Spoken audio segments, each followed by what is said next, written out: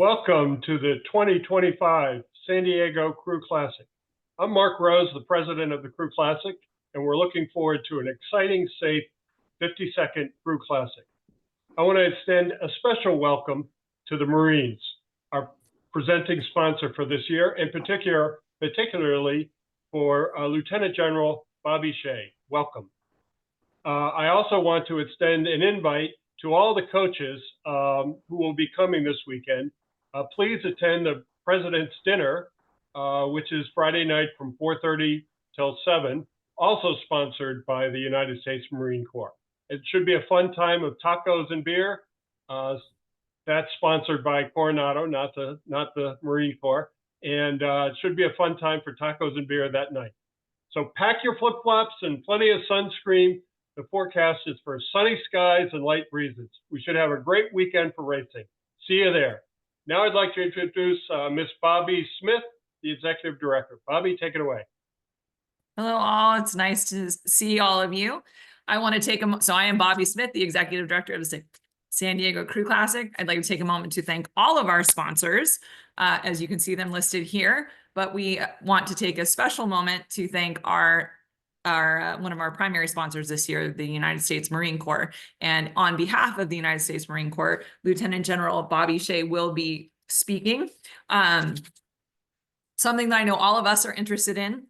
The General is a rower, so she definitely can relate to all of us, and we're grateful for the fact that she is here. She also has served in various leadership and command roles while receiving numerous accolades. She was commissioned from the U.S. Naval Academy, where she excelled as a collegiate rower during her time there. And she currently serves as the commander of the United States Marine Corps Forces Command. We're extremely excited to have her here today. Good afternoon, everyone. How are you? As I said, I'm Lieutenant General Bobby Shea, representing the United States Marine Corps. It's an honor to be with you here today to celebrate the strength, determination, and the teamwork that define both the sport of rowing and the Marine Corps. And this year we are, as you said, we're proud to be both a gold and a presenting sponsor of the San Diego Crew Classic. This marks your Corps' most significant partnership with this incredible event. And we're excited to recognize both the outstanding athletes, coaches, and the supporters who make this regatta, the San Diego Crew Classic, really the hallmark of excellence. What can I say? Marines, we like to hang out with people who are tough, willing to do the hard work, and understand the sacrifice that it takes to be part of a winning team. So to the coaches, as a former collegiate rower, thank you. I appreciate that it is no small feat to prepare your rowers for an event like this. And I want to personally thank each of you for the commitment to your teams. I think after decades of time, after my collegiate rowing period, I think I really appreciate the integral role that you do to shape the future of those athletes. I know that I've been fortunate that I've been able to take all the lessons learned that I learned in rowing and pay it forward. I can probably, and when we see you in San Diego, I'll share a couple examples with you, countless examples where I use the lessons that I learned rowing out on the water and in the boathouse to guide and develop Marines that I've led both in combat and in peacetime. And just as Marines are trained to adapt, overcome, and thrive in challenging environments, so are rowers. That's what we have in common. And I understand there's Coxswains on the line out there today, so I just want to remind you and share with you that still to this day, when I'm about to undertake something really, really tough, I hear the voice of my old Coxswains in my head. So your leadership lasts. So thanks for what you do for us. I appreciate it. I know rowers aren't easy. So thanks to all the Coxswains out there. And the Marine Corps is proud to be part of this exceptional community and to support you and your teams as you put it all out on the water, especially after a long winter of training. At this year's regatta, as part of the San Diego Crew Classic's partnership with your Corps, we'd invite each of you, all the coaches, all the athletes, to the spaces that we've set up just for you. There you can relax, recharge, and quite frankly, hang out with other people who are just like you, committed, tough, and dedicated to be part of a winning team. And we'd love to continue to grow our partnership beyond the Crew Classic. Why? Because we believe in what you're doing. The bond between your Marines and the Crew Classic is not just about sponsoring an event. It's about forging new and enduring partnerships that help us all become better leaders and better individuals. I can confidently say, coaches, coxswains, leaders, you change lives. You help build men and women of character that not only manifests itself out on the water, but then over a lifetime. I can't overstate how impactful you are to developing the leadership that will lead us in every corner of America, in business and in industry, in our communities, and yes, for some of us in the military. So thanks again for what you do every day. Best of luck to everyone, and we'll see you in San Diego. Semper Fidelis, safe travels, everyone.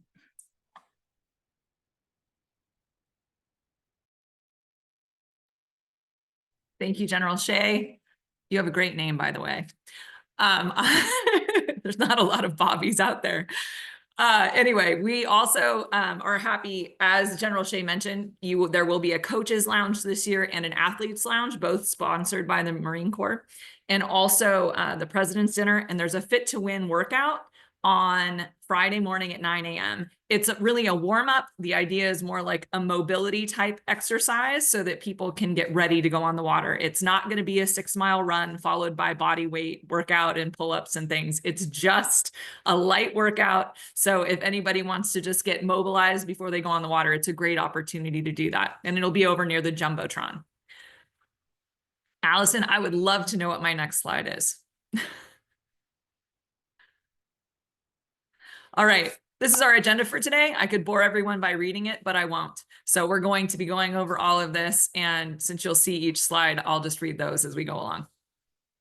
Attestation. This meeting is mandatory for all teams. Coaches, you will be signing something that states that your coxswains, your bow persons, and of course yourselves attended this meeting. Please make sure that they all do. I know there's lots of new coxswains out there, new bow persons that haven't attended this meeting before. It's very important that they attend, but even to the ones that have, there are some new things. Every year there are. So we just want to make sure that everybody attends. We will record this so you can see it later, just so you know.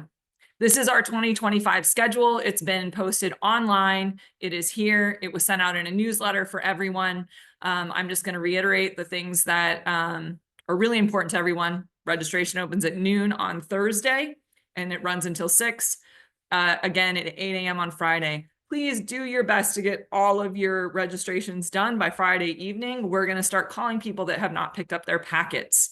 So we don't want to have to call anyone, to be perfectly honest. So please make sure someone picks up your packet on Friday evening by 4:30 p.m. And again, I've mentioned a lot of the events that are going on throughout the day and throughout the weekend. The race staff, everybody's going to introduce themselves. Our chief referee is... I think you can introduce it. There we go. Sorry, I just unmuted myself. Hi, this is Trinad Gotetti. I'll be a chief referee for this year, and I'll pass it on to my deputy. Hi, everyone. Melanie Salter, deputy chief referee.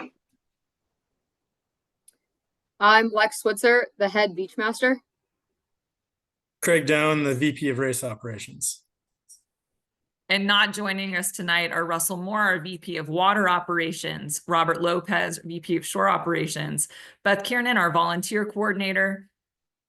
I'm definitely myself, but are also my assistant, Janet Warnicki, who we're excited to have around this year. And of course, I'm Mark Rose. I'm still the president of the Crew Classic. All right. Code of conduct. So please keep in mind the San Diego Crew Classic, as well as all of the other regattas throughout the United States and U.S. rowing, do not tolerate or condone abuse, bullying, or other inappropriate behavior. Please keep this in mind. Safe sport is required for anyone who is working with youth. You can determine whether or not you're required to take that based on U.S. Rowing's attestation when you sign up for your U.S. Rowing membership.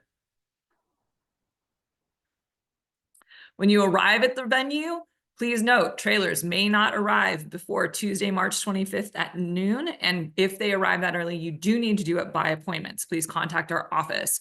Wednesday as well, you'll need to make arrangements. Thursday and Friday, you can access the venue throughout the time. The gates are normally open. If you need to do it in the earlier hours or after hours, please let us know, but we are available and someone is on site at all times. Teams, Teams, no grounds access on Wednesday, March 26th. You can begin access on the 27th at 8 a.m. This includes coaching staff, support staff, and riggers. And also that includes access to the alumni tents. Park rules, there are lots of them. We have a sign on the grounds that contains all of these. The important ones are no dogs. We love your dogs. They are not allowed at the regatta. This is a city parks rule. It is not ours. We, again, love dogs. What is, of course, acceptable are all service dogs are allowed. And service animals are service dogs. That is what service animals are considered according to the law, as I understand it. So they would be service dogs.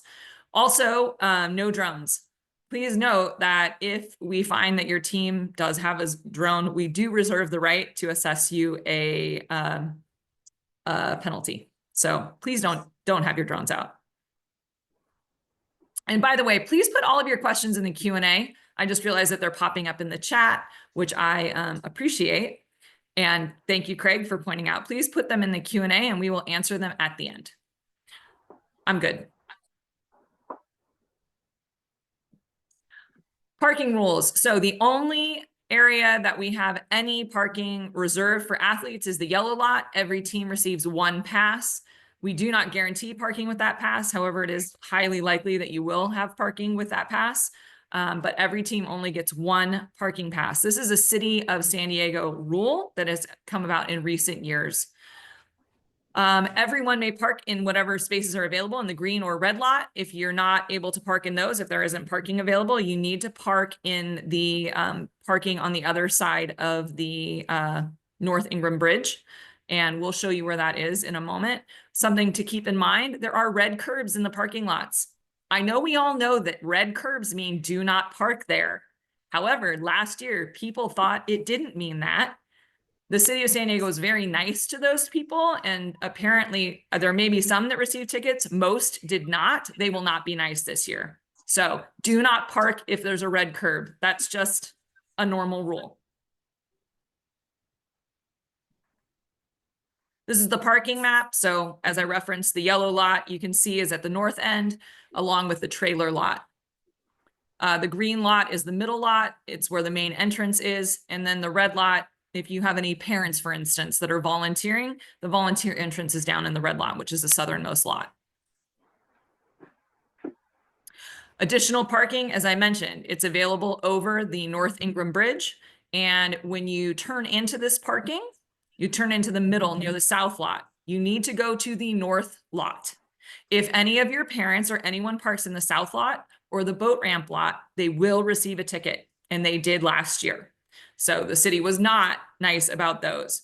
There is additional parking if you turn to the right to go to the beach access lot or the west lot. And the shuttle will be over in the north lot on the east side. So if you are parking and you want to use the shuttle, just make sure to walk across. You could also just walk to the regatta from there. It's not very far. It's, I think, 0.4 of a mile. Registration, as I mentioned earlier, it opens at noon on Thursday. It's open until 6. Friday, it's 8 to 4:30 p.m.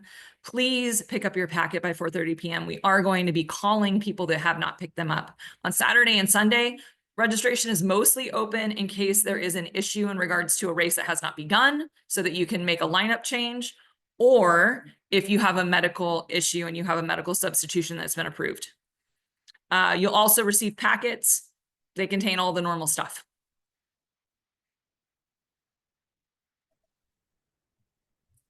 In order to pick up your registration packet, every member of your team must be compliant. If a single member of your team is not compliant, and many of you have received emails stating that people are not compliant, you will not be able to pick up your packet. So coaches, just make sure that people get compliant. I know it can be hard.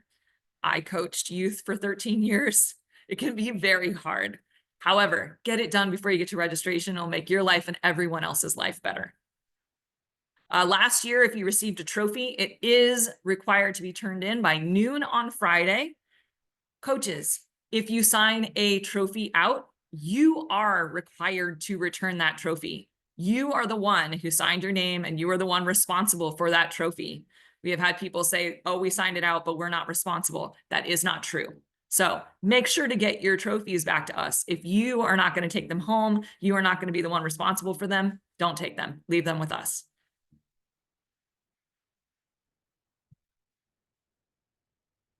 I'm going to turn it over to Craig for brick and mortar.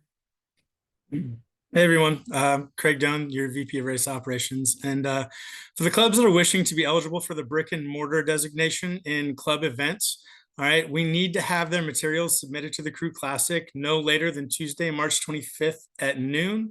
For that brick and mortar verification, we have to verify and get the information in that all members of the crew, including the coxswain, live within 50 miles of the club boathouse, and that all crew member addresses and boathouses, again, have to be in by Tuesday. All right, no later than Tuesday, March 25th at noon. All right, for the brick and mortar clubs showing up on the event pages, all right, the brick and mortar clubs will be demarcated on the timing and results materials with an asterisk. All right, and brick and mortar clubs in trophy races will be eligible for medals, even if they do not win the event outright, but they are the fastest brick and mortar club in that event. However, only the overall winners will receive the trophies. Okay, please use good judgment and get that information into us as quickly as you can so that we can make sure that that gets verified in time for race day. Boat storage. By now, everybody should have received the boat corral map, all right, and have an understanding of where you're to place your boats, all right. Please keep in mind we have a record number of entries this year, all right, which means that, and the space hasn't gotten any larger, all right. So we have to make sure that we are working together to keep the space walkable and manageable for boats getting in and out, all right, because Crown Point shores will be filled to capacity, all right. All shells must be located on the designated corral map that's been sent out with the alphanumeric indicators. All right, please place your boats within those designated areas. All right, they're all to be stored and launched from the regatta site during the regatta. All right, and they're not to be stored on your trailers. And for the local crews in particular, it's important. All of your crews, all of your boats need to be at the race site by Friday at noon. No boats rowing out of boathouses will be allowed essentially through the Ingram bridges onto the race course, because you will have to cross the race course while we're running the regatta in order to do that. Please make sure that all local crews in particular have all of their boats over at the grass at Crown Point by Friday at noon. Okay, please keep in mind you can only put your shells within the assigned corral area. If there are issues with that, because we are packed pretty well to capacity, you can find me at the registration tent. All right, I will be there basically from sunup to sundown every day during the regatta. I can help get crews situated. All right, if there are any instances, but we should be able to fit everybody in the marked storage. We only have one or two areas that have one or two more boats than they did last year. Okay. North areas near the dirt lot of the trailer, make sure you stay on the diagonal. All the bayside areas, all right, they're tandem with the shells, one behind the other. Okay, this just makes sure that the area is walkable and we can get boats in and out and queued up to the Beachmaster station so that you can launch and recover.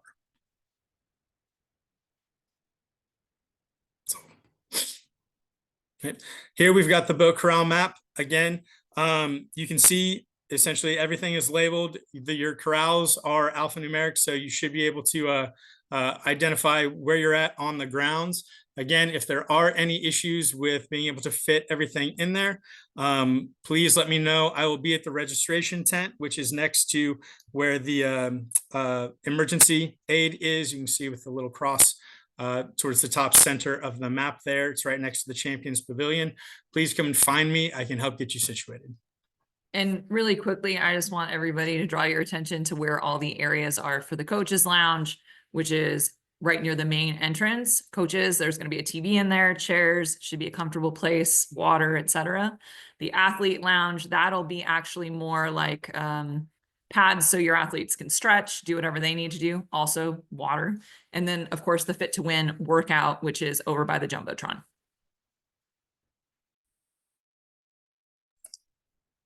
We'll pass it off to Lex, our beach master. Good afternoon, everyone. So for your shells, when you launch for practice or on Friday, or throughout the regatta, so starting Friday, if you're launching your boat is subject to being inspected to ensure that's in compliance with U.S. rowing rules. That being said, once it is inspected, it will receive a zip tie. So if you have zip ties from last year's regatta, we're happy that you came, but please cut those off so we can give you a new zip tie for this year. Once you have that zip tie, you will not need your boat checked for the remainder of the regatta. So I would love for you to come out and practice on Friday, so that way I can get your boat checked, and that will make launching throughout the regatta speedier. As well, if I have time, or if the Beachmaster has time, they might come around to your boat when it's all rigged up to check it. That way, again, it makes launching more smooth. Please launch and recover your boats in the designated area. I know that some of you have places that would allow you to be able to launch your boat directly into the water. Please don't do that. Please come to the designated launch and recovery areas to ensure that we have smooth traffic patterns. Again, your boat will be required to have bow ball, heel ties, 1 to 3 inches, and those heel ties need to be tied correctly. And again, and all your equipment, all your rowers. Next slide. This is the practice schedule. Please abide by the practice schedule. You cannot launch to practice during the regatta while there are races being conducted. You can only practice during the designated times. You will also not be allowed to launch 40 minutes until 40 minutes when the practice, but 40 minutes before the practice time closes. If you're within that window, you will not be able to launch. So at least 40 minutes in order to get on and off the water. If you try to launch with only 30 minutes left in the practice time, you will not be allowed to launch. So please bring your boats in time. Next slide. Okay, this is the launch and recovery. This got updated, not from last year, but from the year before. So please pay attention, coaches, coxswains, all my veteran rowers who've been coming to this regatta for a very long time. The launch zone, you launch directly. You make a port turn and you go around Crescent Island. And when you recover, you need to immediately either turn to port left to return to the beach, or you can return right. But this is a designated area. You can see right next to the launch area, you have a wildlife refuge area. That's going to be marked with some buoys. Please do not at any time enter that area for 2 reasons. One, it's a wildlife refuge area. You would be subject to a ticket by the city. And second, it's shallow water, so you might run aground. There's also a fence that's not depicted right here, but it's right on the edge of the wildlife refuge area. I like to call it a boat eating fence, because if you run your boat into it, your boat will lose. So please be aware of hazards in the water for the safety of you and your crew. As a reminder, at no point should your bow face the wildlife area. It should always face up course, and all bows should be facing the same direction. This is for the safety of your crews. And so 2 boats are not facing the same direction at launch and recovery. So your bow will always face the finish line. When you finish the course, you will turn to port and make a full, basically 180 to turn around. So your bow, you will reach the beach with your bow facing the finish line. Launching, we'll cover this again, but launching crews, please be aware of finishing crews, as they just finished a race and they will be traveling at speed. And we will discuss launching in a second. Continue. Okay, so this is a wet launch. That being said, that means there's no dock. So you will be walking your boat into the water to place it into the water. I recommend you go about knee deep. You want to be a little deeper than ankle, and you don't need to be waist deep. So you can place your boat in the water after you get knee deep, and then you can get in by pairs. Don't get in all 8, because that's not good. Again, getting out, please be aware, if you're starboard or port rigged, don't have someone get out through their rigger, because they might be deeper than you thought. and they'll go through your rigor and doesn't make it good for recovery. So just be aware of that, Coxswains. Be mindful that it is different than the dock. And a good time to figure this out is during practice. The hazards are labeled on the map on the screen. Again, that wildlife area is to the top of the map. Allison, if you want to point that out. That's the wildlife area. As you go up, so you do launching. So the launch recovery area is right around, lower, higher. There you go. That's the launch and recovery area. As you launch, you're going to go around Crescent Island, up. Yes, always keeping Crescent Island off your starboard. You're going to go up the race. Yes, and then you're going to go into the warm-up area. When you enter the warm-up area, there are 2 more areas blocked off by buoys. Do not enter those areas. They are not safe, so don't go in there. You will use the traffic pattern, which we'll show you, and that's delineated the center line by white buoys that may or may not be in a straight line, so just be aware of that. Next slide. This is the traffic pattern for practice. That area to the right most is Takaloti, and there are a lot of buoys in that area, so just please be aware if you do go in that area.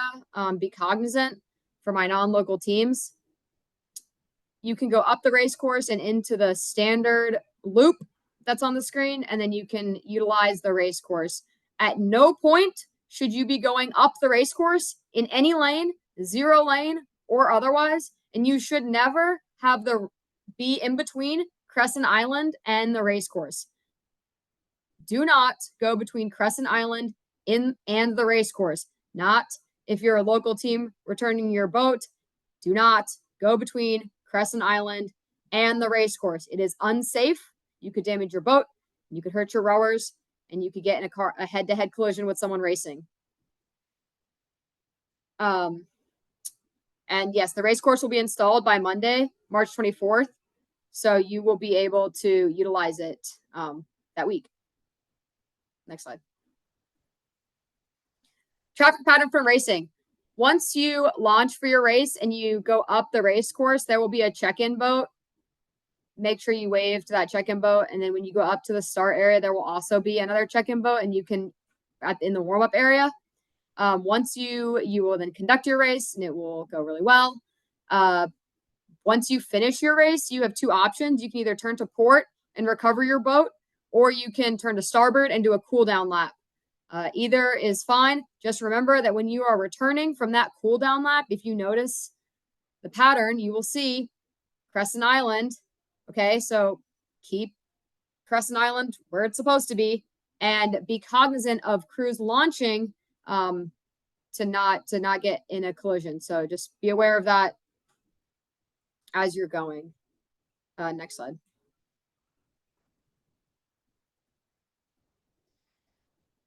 All right, Coxswains, this is for you. If you weren't already paying attention, this is for you. Please pay attention. If you need to go and download a checklist, which I highly recommend you do, regardless of how many times you've raced in this regatta, it will be available to you on this slide deck. This is a link. It's a PDF. Download the Coxswain checklist. Go through it. I recommend all Coxswains do this. If you are hot seating, you need to tell the Beachmaster tent ahead of time, and they will give you a placard, a laminated piece of paper, 11 by whatever a piece of paper is, laminated with the word hot seat on it. Please take this piece of paper in the boat with you. This is how you will communicate with the Beachmasters that you are hot seating. You will hold it up when you finish your race that you're hot seating, and that way we can get you to the shore in an area that will allow you to launch your boat again quickly for a hot seat. If you don't take your paper and you just try to yell to shore, it will not work. So please take this piece of paper that we give you in your boat with you. You can also pick up your flashers. Those are stickers that go on the side of your boat, depicted in the picture to the right. They will go under the coxswain seat. If you are in a non-coxed boat, they will go under stroke seat. That should answer all the questions. And Yes. And Lex, Okay. can I interject something? Just so Please. everybody knows, this year we will have alphanumeric bow numbers. So they will be different than prior years. Previously, it's only been numeric. This year they will be alphanumeric. So please keep that in mind and make sure you've got the right bow number.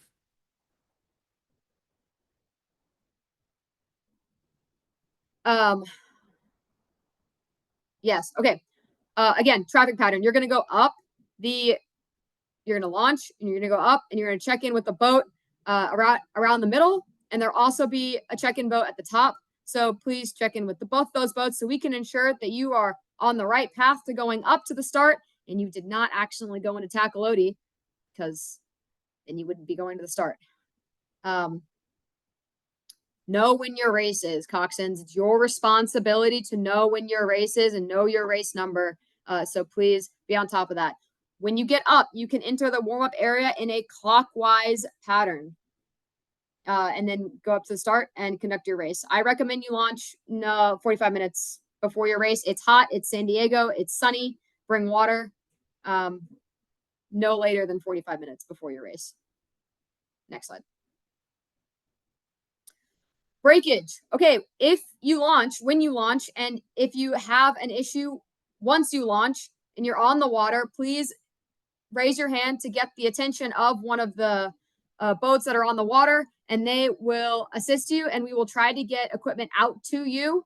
We have different areas that we can assist you to make sure that you can still make it to your race. So if you launch and you have breakage or damage, please let us know. If you have a serious issue and you are unable to row, you can raise your hands in the air and get the attention of a referee, and then we can give you immediate assistance.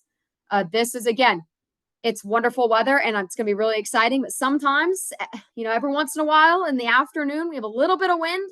And so it might be helpful to practice sculling your boat. And that is passing your blade off, either 2-seat to bow seat or 3-seat to 2-seat, in order to scull that boat around.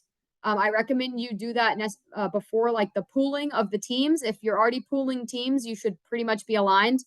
If you need help with that video, there's a video link for you. The other thing I want to say that we hopefully shouldn't have a problem with, we changed the colors of the buoys, but something called catching the diagonal. The lanes are green and yellow. So green on one side, yellow on the other side, depending on the lane. And they should remain that way the entire way down the course. If at any point the buoys change to yellow, green, yellow, green, yellow, green, that means you've caught the diagonal and you're not going in a straight line anymore. In order to prevent this from happening, I recommend 2 things. One is pick a point at the end of the race course and let that be your point. The second is to identify either the port or starboard side color and orient yourself off of that color. So if you have green on your port side, then you should keep green on your port side and only green on your port side. While there is no rule for catching or rule breaking if you catch the diagonal, it's not the most efficient way down the course. And if you impede another boat, then you could be subject to penalties. So I, again, recommend going in a straight line. Next slide. Thank you, Lex. Thank you. I'm going to introduce all of you. This year, we have the Foundation Challenge events. These are 500-meter dashes for masters, and they'll be at the end of the day on Sunday. These are different than any of our other races. Masters, if you're entering these events, you're going to warm up to the 1,000-meter marker, essentially. There is an additional check-in boat for boats that are returning to their boathouses here locally. That will be your check-in boat. You will then proceed over to the course, but you will not get onto the course until the referees have asked you to do so. So you'll sit there and you will wait for for the referees to call you onto the course. Then the boats will move in their lanes together to the 500-meter mark. The start will be a floating start. So Coxswains, please listen to the referees. And the finish line will be the traditional San Diego Crew Classic finish line. This is the map. So as you can see, there's a check-in boat. It's just the other side of what we call Radar Island, which is the island in the middle of the bay, not Crescent Island, the one near the finish line. And you'll check in there, and then you will be called across and allowed onto the course when the referees state. And now I'm going to turn it over to Trina. Thank you, Bobby, and thank you, Lex. You brought up some really good points, and I'm going to cover that also in my slides. Hi again. This is Trinad Gotetti. I'm your chief referee for this year, and I'm ably supported by my deputy, Melanie Salter, and we have over 20 highly experienced and respected referees from all over the country working this event. So rest assured, you'll have a great experience on the water racing. As always, our priorities are, safety, fairness, and making sure that everybody gets to race properly. So with that, I'm going to be covering about 4 key areas of the race, which will be under the purview of the officials, namely the pre-race, the staging area, the start, the race itself, and the finish. So the pre-race, as Lex clearly said, please make sure that you know your race numbers and lane numbers. As Bobby mentioned, we have alphanumeric bar numbers this year. So if you are having the same alphabet starting, that means that's your race. Making sure that's clear. And also make sure that the start marshal calls you in when it's your time of the race. Make sure you're there, know your race. There'll be a start platform with the race numbers displayed. That also should be your cue. Make sure that you always stay with your crews. You will be asked to enter the course at the right time, and all crews must be logged on 2 minutes prior to your race. And failure to do so will result in a late to start warning assessed by the starter. So make sure you are there on time. If you can be there earlier, please do so. And again, this is for the experienced and also the first timers. Be prepared for the crosswind and the currents at the course. That's the nature of the course here. So make sure you are familiar with how to align yourself.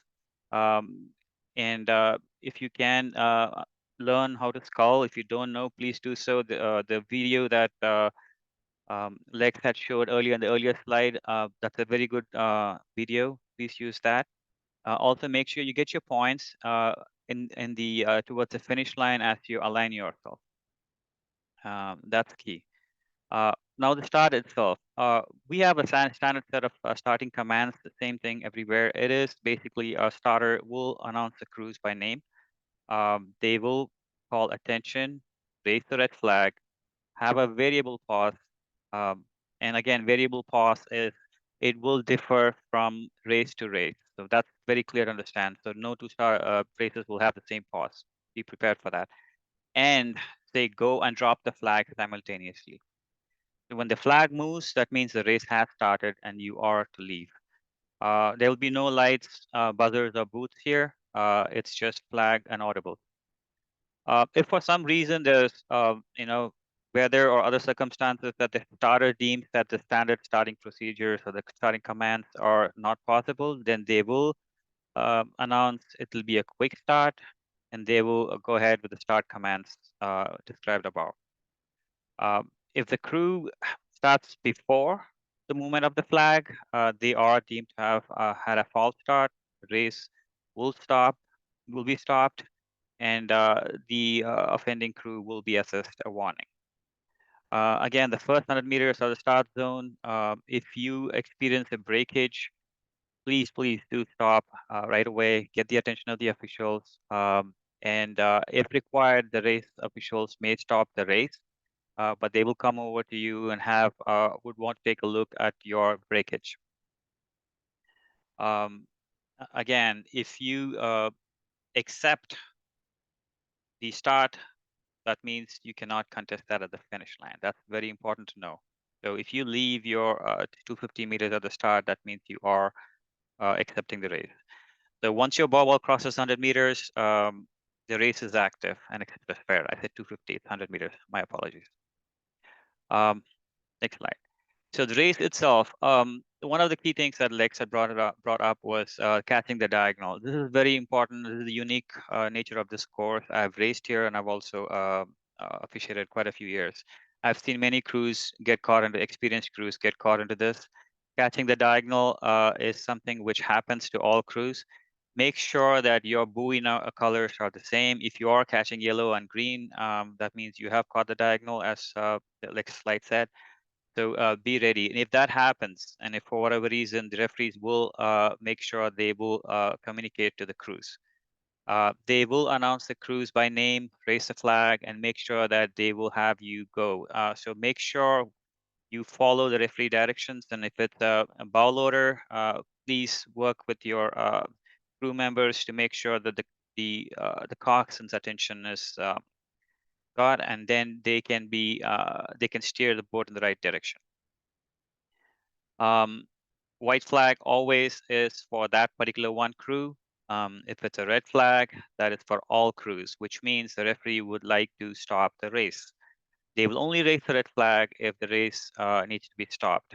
And that can happen at any given time of the race. So please pay attention to the color of the flag, the commands of the referees.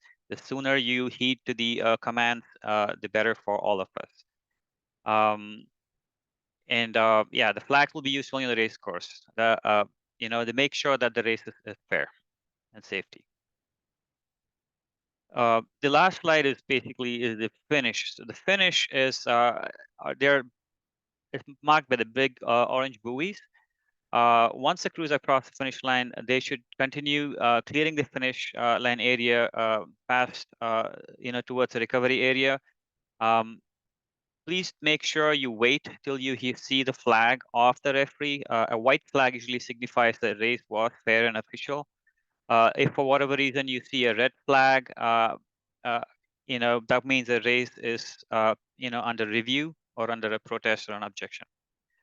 If you have any issues with the body of the race at any given time, please make sure you raise your hand and get the attention of the referee. We will make sure that we'll come over you to where you are. Make sure you explain how the fairness of the race was affected. What was the problem, and what would you like to be resolved? What is your resolution? What would you like the outcome to be? Let them know. So the referees are empowered to make a decision on the water. They will make a decision, and it's up to you. You're more than welcome to accept it or decline it. If you decline it, you will be asked to file a protest within an hour of the race finish, along with a $50 fee. And then all protests will be reviewed by a jury, and the result of the protest will be published pending the outcome of the jury decision. So with that, I'm passing over to you, Bobby. Emergencies. Please make sure to review our emergency procedures. They are again on the left side as a PDF. By the way, these slides will be posted on our website along with the recording of this.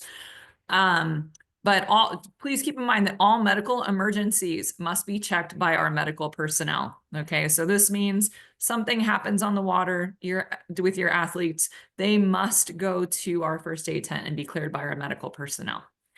The biggest emergencies that we would be concerned about are weather. By the way, I just want to remind everyone, please put your questions in the Q&A. Please put them in the Q&A. The chat is not the place for them. Weather. So lightning would be the primary concern here, along with, of course, other inclement forms of weather, wind, storms, things like that. I won't jinx us by saying the way the weather looks, but I will say that we're not unhappy.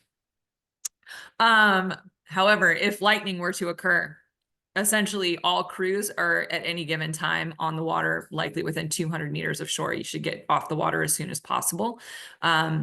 We will, though, of course, give you enough notice to hopefully make it into the launch and recovery area and get off the water there.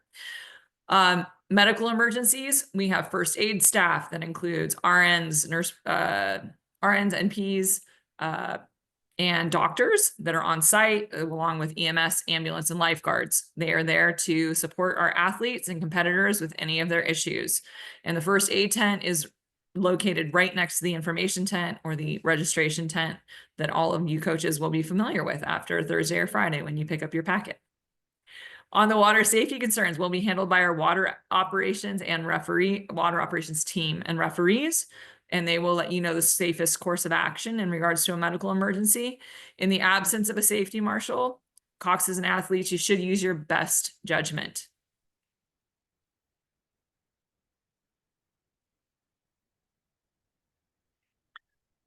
We have a lot of QR codes. So this is the one for schedules and progressions. Here they come though. Results can be found here. If anybody needs an explanation of what these actually are, please let me know, but I think we can all do this. This is our live stream. So the live stream will be a pay-per-view for this regatta. It's $15, 10 of which is the normal payment. The additional $5 actually goes to our foundation, and it's to support the foundation in bringing additional crews to the Crew Classic. We're really lucky this year to have a couple crews joining us that might not have been able to otherwise. So we're just looking to increase the goal and the mission of our foundation. Medals and trophies. There will be an award schedule in your packet. Please be on time to your medal and trophy award ceremony. There is someone waiting to present the award to you. So if your team is late, it makes it hard on those people because then, you know, they're just standing around doing nothing. A lot of them are very excited. They are the people that sponsor these trophies, and it's it's amazing what it is that they want to do for the athletes that are involved. So please let's support them by being on time. Brick and mortar awards will be awarded right after the winner of the overall winner of the event. If a brick and mortar team wins the overall medal in the event, then they will receive the medal and the trophy. Otherwise, it goes to the overall winner. The trophy sign out, as I said earlier, you can choose to sign out some of the trophies. This year, we will be keeping some of the trophies. For those that are signed out and taken home, you must return them the next year. You are expected to return them. Don't sign them out if you're not going to take them home, if you're going to have someone else in charge of them, or you're not going to return them. So do not take them if you are not going to be the one in charge of them. You don't have to take them. All right, questions. We have some in the Q&A. I feel like we might have some in the chat, unfortunately, as well. Most of those have been moved over. Okay, cool. Great. So what do we need to answer, Craig? Scott Walsh has, what time on Thursday can we access the venue? First slide says 6 a.m., second said 8 a.m. So 8 a.m. is what I would plan on. Yep. For local crews, if you need to access it earlier, please contact us, but they're about the only ones that should be contacting us. And we have to get that approved by our shore ops coordinator. I don't know how likely that is to happen, but we will see. Yeah. Doug Chang says, last year at the first aid tent, there were several rowers with skin lacerations about the feet from getting in out of the water. What do we have for recommendations? They actually are So- asking Lex. I recommend that you wear shoes when you are not launching and recovering your boat. I would say that a lot of people are getting these lacerations from walking around on the beach. The other thing is you can wear flip-flops or Crocs or other water-safe shoes and then keep them in your boat. They're light and they will not weigh your boat down. Crocs won't. And then lastly, this is a good reminder for us all to be cognizant that this is a beach. A, sand is made of glass. B, trash on the beach. If you see a piece of trash, pick it up because someone might cut their foot and we don't want that. Rocks are also sharp and this is again a beach. It's part of nature. So wear shoes if you are not launching your boat. And if you're still concerned and you have sensitive feet, then please wear shoes. If you do get a cut, no matter how small, please come to the tent. We have lots of Band-Aids and antiseptic spray, and we would love to clean them off because the last thing we want is for it to get infected. So please, if you do get a cut on your foot, come to the thing. We promise it'll be very quick. We'll get you right back out there. Okay. So please come to the tent if you do get a cut. Yeah, this is a great example of the kind of thing that we would like our medical personnel to clear. Okay, if you get a cut on your foot, like let's make sure that a doctor or some other appropriate person is looking at it. I'd also like to mention, because this hasn't been brought up, especially early in the morning, there are sometimes stingrays. Stingray shuffle is a thing. Okay, so what you do when you're walking into the water is you just shuffle your feet, don't step down hard. And especially first thing in the morning, they tend to clear out once a bunch of people are walking in the area. Like stingrays don't want to get stepped on. So they do tend to clear out of the area, but it's best to always be cautious. Shuffle your feet in the water. Be Yeah. aware of your surroundings. There are 2 check-in boats that might not be labeled as such, but there will be 2 boats out on the water. They move around. So there's a boat halfway through, and then there's a boat up at the start area, like a referee boat. So Yeah, in general, you only need, for all of the races, with the exception of the foundation challenge races, you really only need to check in at the one that is at the entrance to the warm-up channel. That one, they actually have a laptop and they're going to check you in. The other one is there mostly, as we've mentioned before, for crews that are crossing over, for exhibition races, for things like that, where we need to have an extra check-in point. But in general, if you're just there to race the 2K race, you need to check in with the boat that goes around the corner. But it's also an extra check-in for us. Like we can ask people, have you seen this boat if we're missing you at the start? The check-in or boat if that's you want around to- Crescent Island, really quickly, for the check-in boat that's around Crescent Island, we want to just But make I sure think it's that, radar, not crescent. I'm sorry, It's- yeah, it's radar. around radar. We want to, it's an opportunity for crews. We've had this happen a couple of times last year where teams would have some breakage on the way up to the start line of the course. There's an opportunity. Please flag that boat down so that you can communicate with us on land. Lex at Beachmaster and me with the race ops will do our best to get equipment over to the op stock and get a boat out to hopefully help make sure that you get the opportunity to race. So we have some extra boats out there that are paying attention to everything. So wave your hands, flag them down. If anything does come up on your way to the start line, we want to make sure that everybody who gets out there gets the opportunity to race. Beat me to it, Craig. I got you. All Right, right. I'm Next gonna skip- questions. Yeah.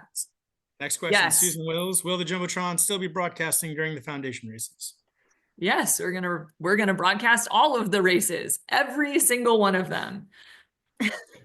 We've had this question a couple times. Can we revisit practice hours? Okay. For this one, Tolman says 5 boats are East Coast based and arriving Friday or Saturday. Are the practice hours just for the course so we can launch and paddle out to practice elsewhere after racing? So No, you may launch No. during the practice hours and you may launch so you can go out between 5 and 6 p.m. on Saturday evening, but that is it.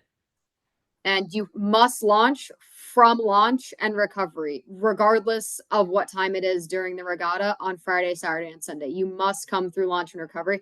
And that's only to, first of all, that area has been cleared of most debris, hopefully. So your athletes are going to be safer when they're walking barefoot. So that's another reason why you want to go that way. But also to help with the traffic pattern. A lot of crews need to get out and practice that are East Coast based. So please utilize the appropriate areas. Okay, I'm going to start answering these things fast. Our team is responsible for bringing bound numbers. No, you are not. We provide them. On Saturday, can crews practice without a safety launch? No, there must be someone on the water making it safe, which is why it's between 5 and 6 p.m. on Saturday. Can you turn around at any point of the warm-up loop? You may, as long as it is safe. So again, look, be aware, make sure it's safe.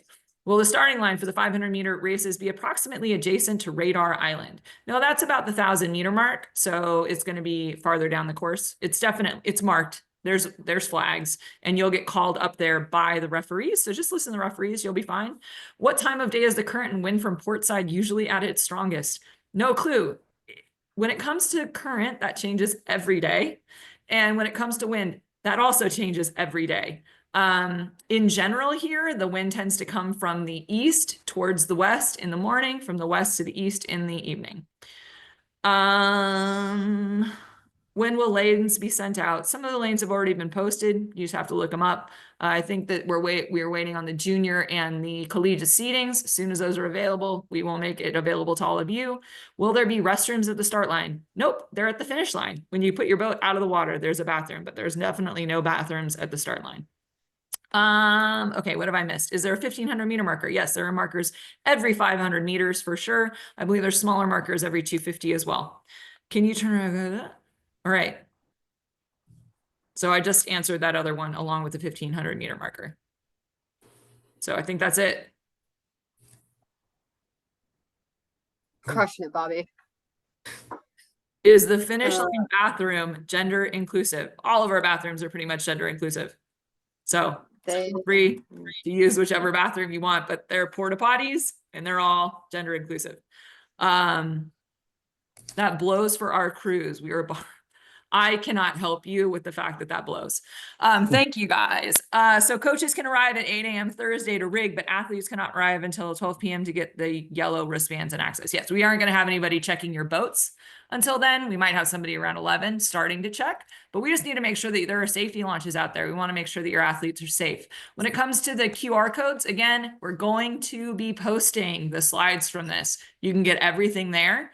Also, there was a newsletter that went out with every single one of these QR codes as well. If you're not on that, that newsletter list, email me, bobby@crewclassic.org. I can get you on our email list. Apparently, it sometimes goes to your promotions folder. Please check your promotions folder as well. If you, brick and mortar, email me again, bobby@crewclassic.org. Email me your lineup.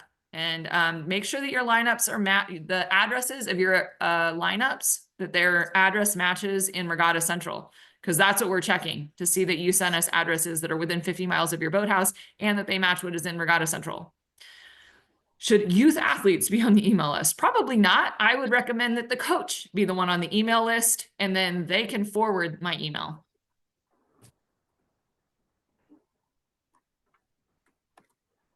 Anybody else? Fantastic. So thank you, everyone. We really appreciate your time. We're very happy to have you guys here. We're super excited to be racing and to have all of you. We have a record number of teams. I believe that was mentioned earlier by a very significant amount, actually. So we're super excited and we're really happy to have all of you here this weekend. Anybody else? Any last words? Thank you all for coming, and we look forward to seeing you this weekend and having a great weekend of fun, exciting racing.